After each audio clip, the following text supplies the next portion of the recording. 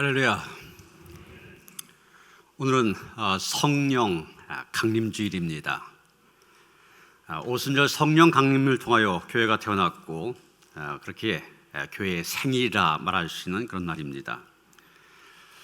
요한복음 3절 보면 예수님께서는 성령을 바람에 비유하여 말씀하신 것을 보게 됩니다. 바람이 임의로 불매 내가 그 소리는 들어도 어디서 와서 어디로 가는지 알지 못하니 성령으로 난 사람도 다 그러하니라.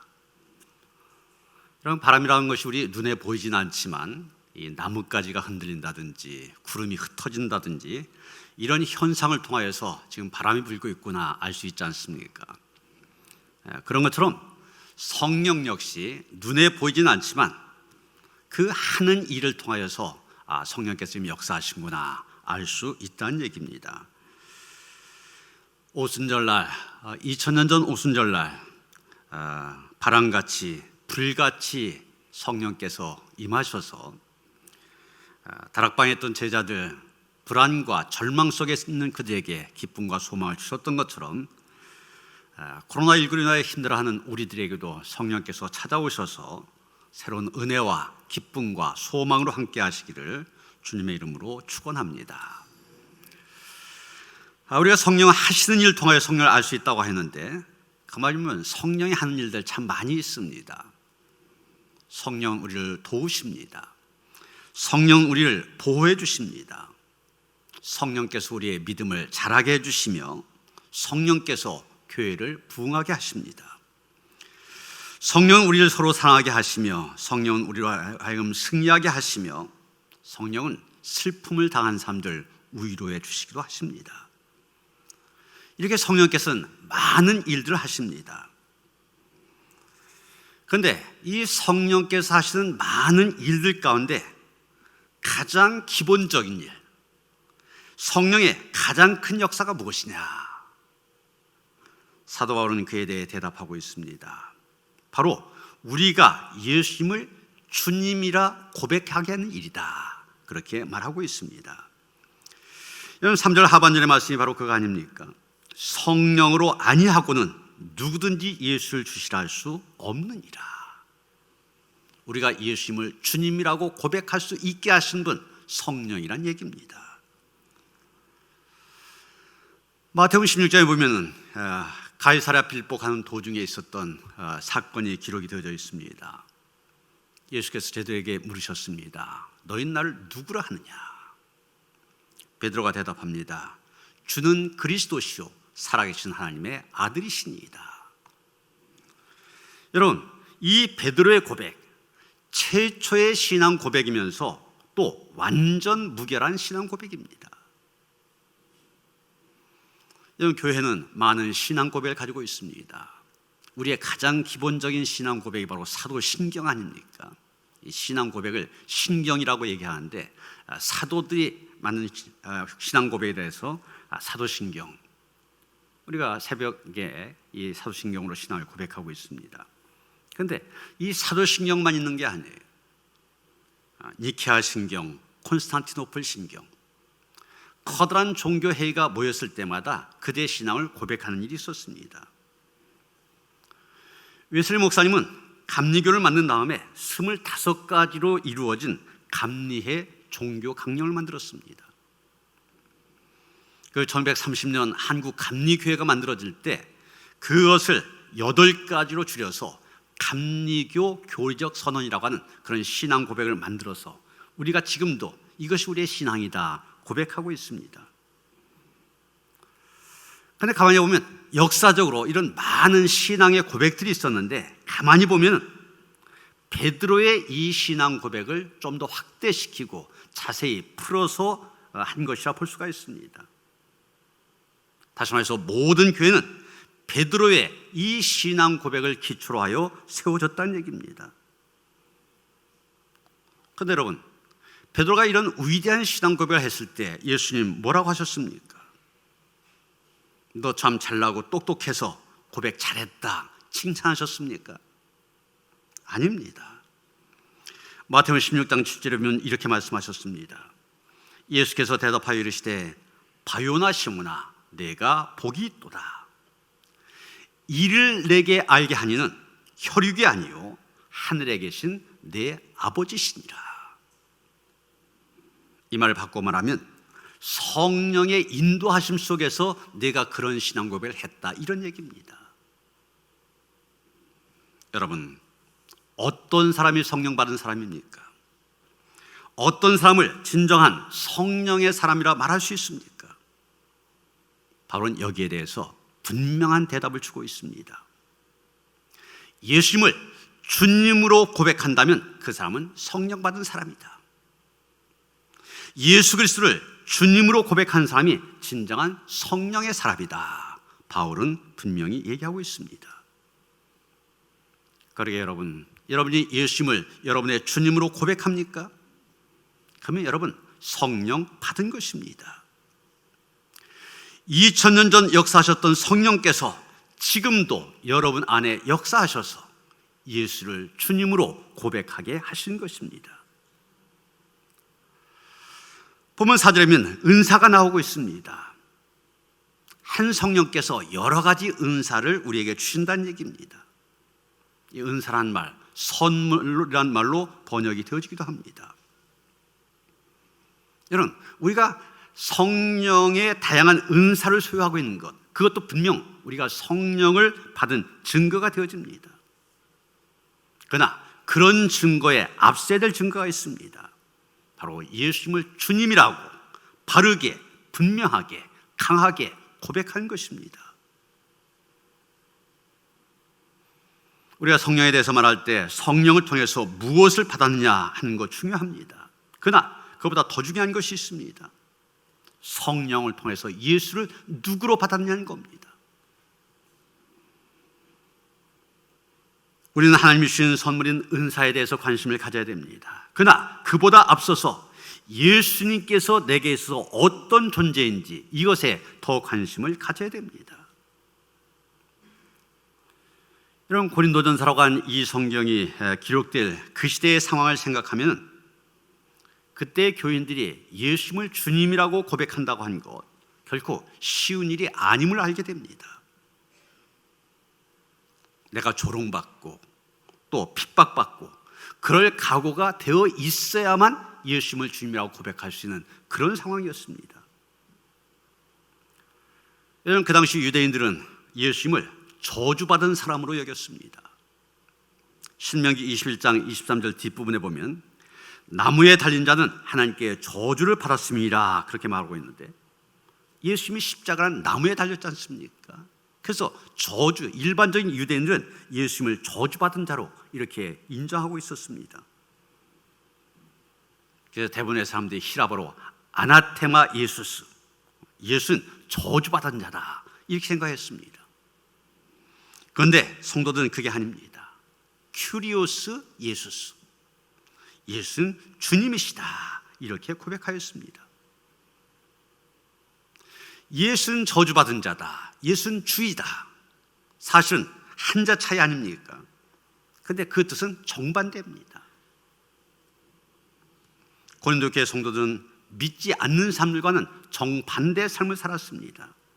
그러니 유대인들이 믿는 사람들을 얼마나 조롱하며 핍박했겠습니까? 바울이 다메섹 가는 도중에 예수님을 만난 경험, 회심을 경험하기 이전 그가 기독교인들을 그렇게 심하게 박해했던 이유가 바로 이것입니다. 나무에 달려 죽은 목수, 저주받은 사람이라고 한 그 예수를 가리켜서 메시아라고 하는 것을 보고 이것은 메시아에 대한 모독이다, 이런 생각 속에서 믿는 사람을 핍박했던 겁니다. 그런데 바울이 회심한 다음에 깨닫게 됩니다.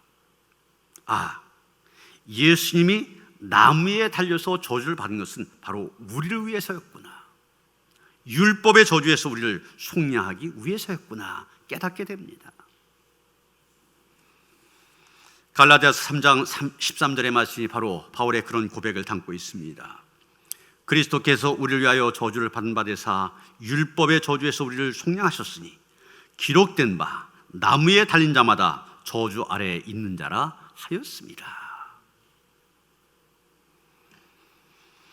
그 당시 예수님을 주님이라고 한 것 목숨이 달린 일이었습니다. 그랬더니 로마가 다스린 지역에는 이 황제 예배가 널리 퍼져 있던 때입니다. 그 당시 로마 사람들 시저가 주다 이렇게 말하였습니다. 시저, 로마 황제를 가리키는 거 아닙니까? 황제가 주님이라는 거죠. 그런 가운데서도 고린도 교인들은 그게 아닙니다. 시저가 주가 아니라 예수님이 주님이시다 그렇게 말하였습니다. 그러면서 황제 예배를 거부하였습니다.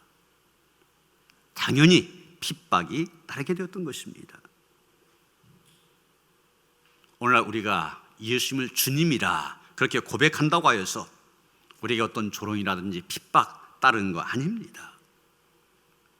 그러다 보니 어떻습니까? 너무 쉽게 생각합니다. 습관적으로 그저 남을 따라서 예수님을 주님이라고 하기가 쉽습니다. 우리는 진실한 마음으로 예수님을 주님이라고 고백해야 됩니다. 여러분 이제 성령에 대해서 하셨습니까? 또 성령과 동행하는 삶을 살기로 하셨습니까? 예수님을 주님이라고 부르는 것이 어떤 의미를 갖고 있는지 아셨습니까? 그러면 내가 성령 받은 것이 모든 사람에게 유익이 된다는 것을 알아야 됩니다. 여러분 7절 말씀 보시면 각 사람에게 성령을 나타내심은 유익하게 하려 하심이라 이렇게 말하고 있습니다. 유익하게 하려 한다. 공동의 이익을 위한다는 얘기입니다. 누가 성령 받았다고 하는데 그 사람이 교회 전체에 유익이 되지 않는다. 그것은 진정한 의미에서 성령 받는 것이 아닙니다. 여러분 성령에 대해서 알고 성령과 동행하는 삶을 살기 위해 힘쓰고 성령을 받아 예수님을 주님이라고 부르는 일의 의미를 알았다고 한 것은 신앙이라고 하는 나무의 줄기가 튼튼해진 것에 비유할 수 있을 것입니다. 그럼 여러분 그 줄기에서 성령의 은사라고 하는 가지들이 뻗어나게 됩니다. 본문 8절부터 10절까지 나오는 은사들이 바로 그겁니다.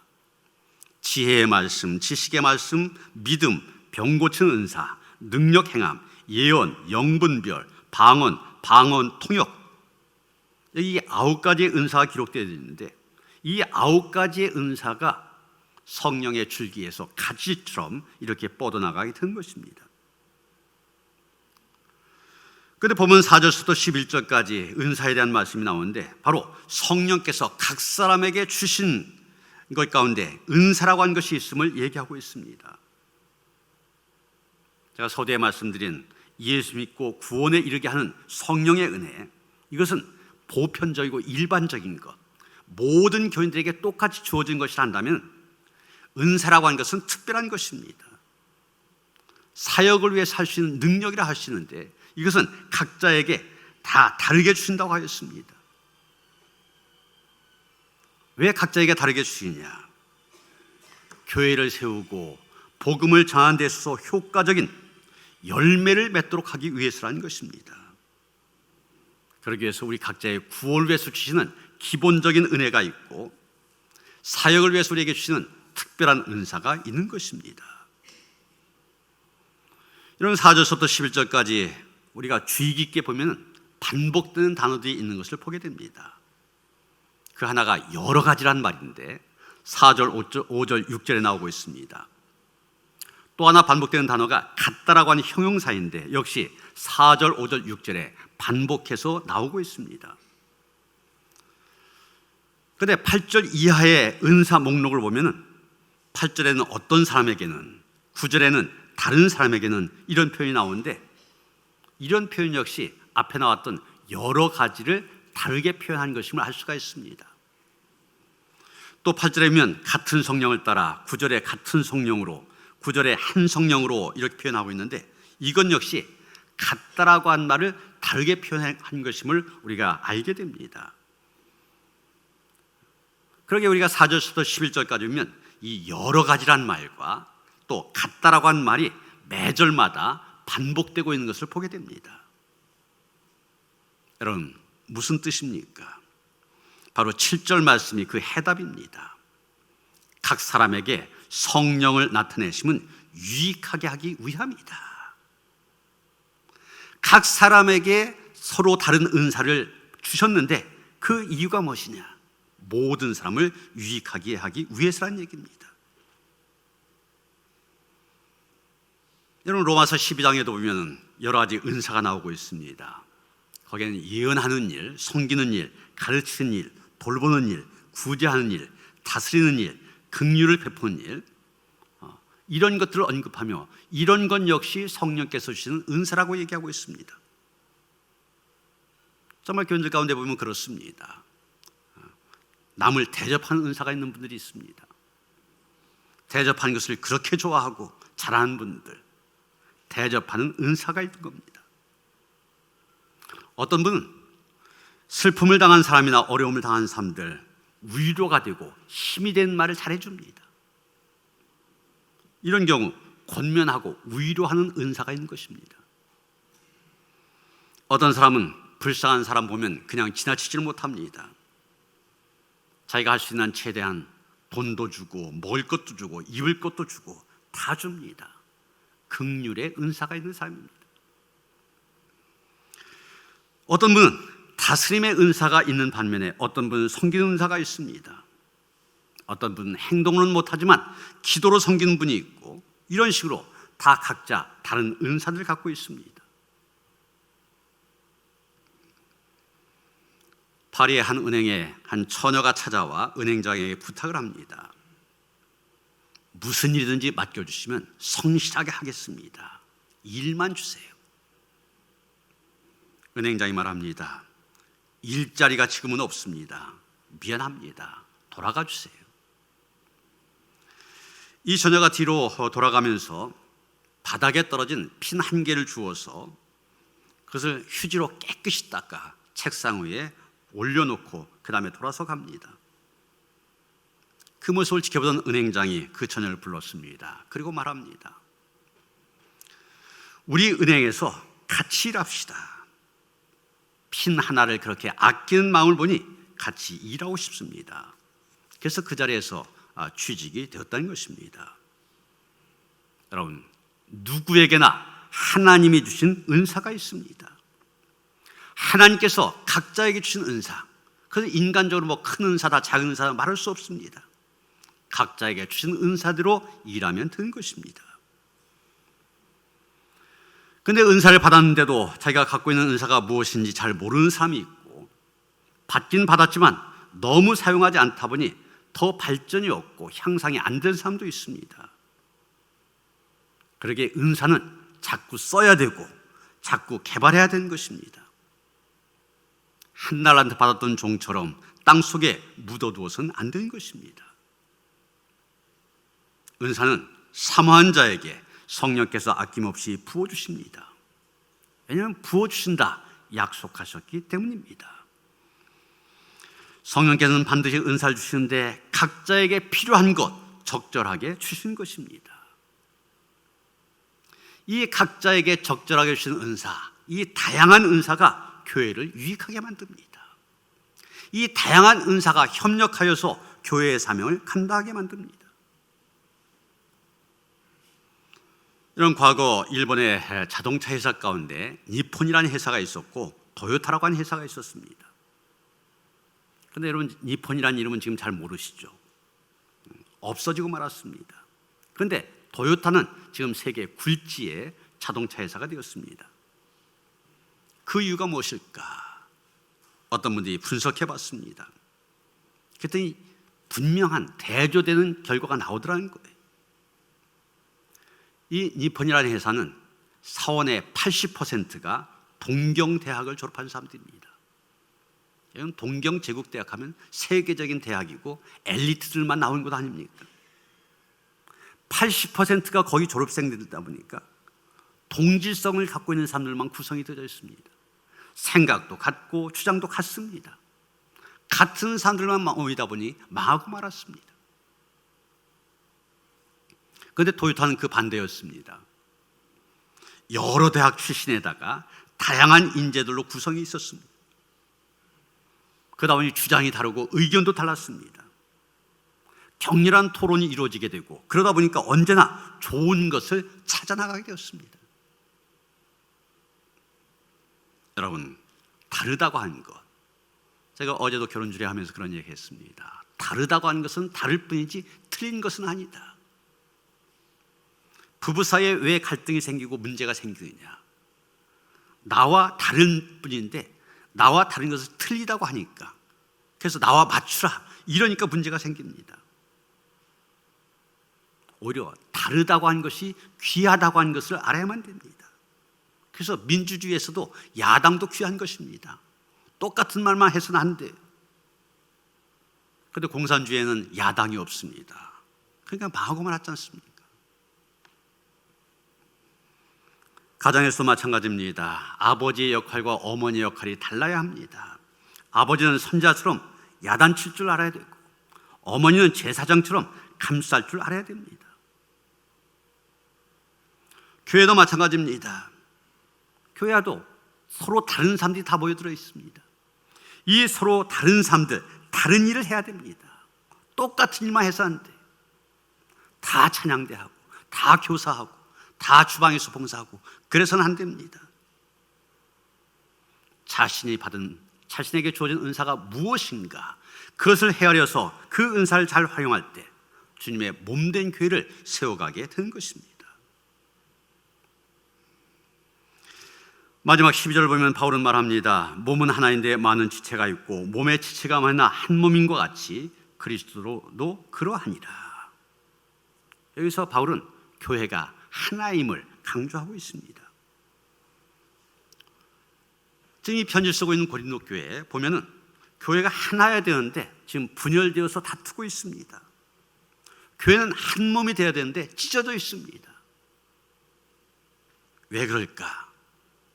그 원인을 가만히 분석해보면 요즘 쓴 말로 해서 갑질 문화가 큰 요인으로 작용하고 있는 것을 보게 됩니다.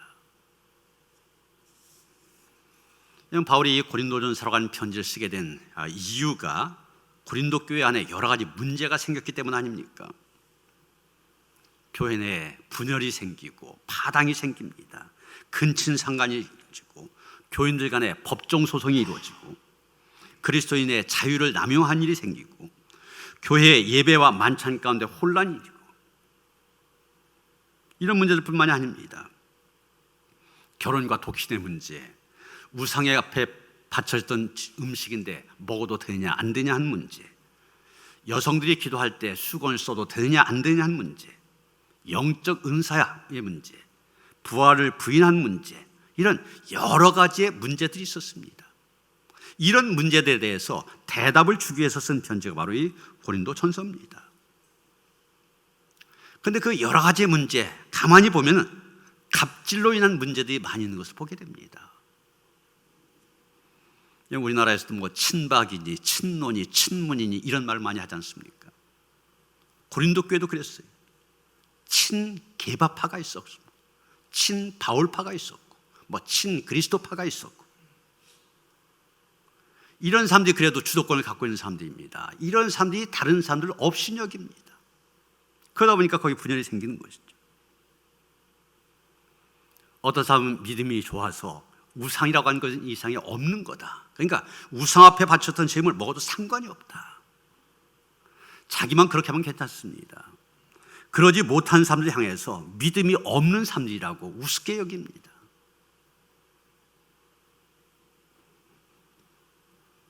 또 고린도 교회 교인들 예배 모일 때마다 음식을 나누어 먹었는데, 애찬을 가졌었는데, 부자든 일찍 와서 자기들이 가져온 애찬 다 먹어치웁니다.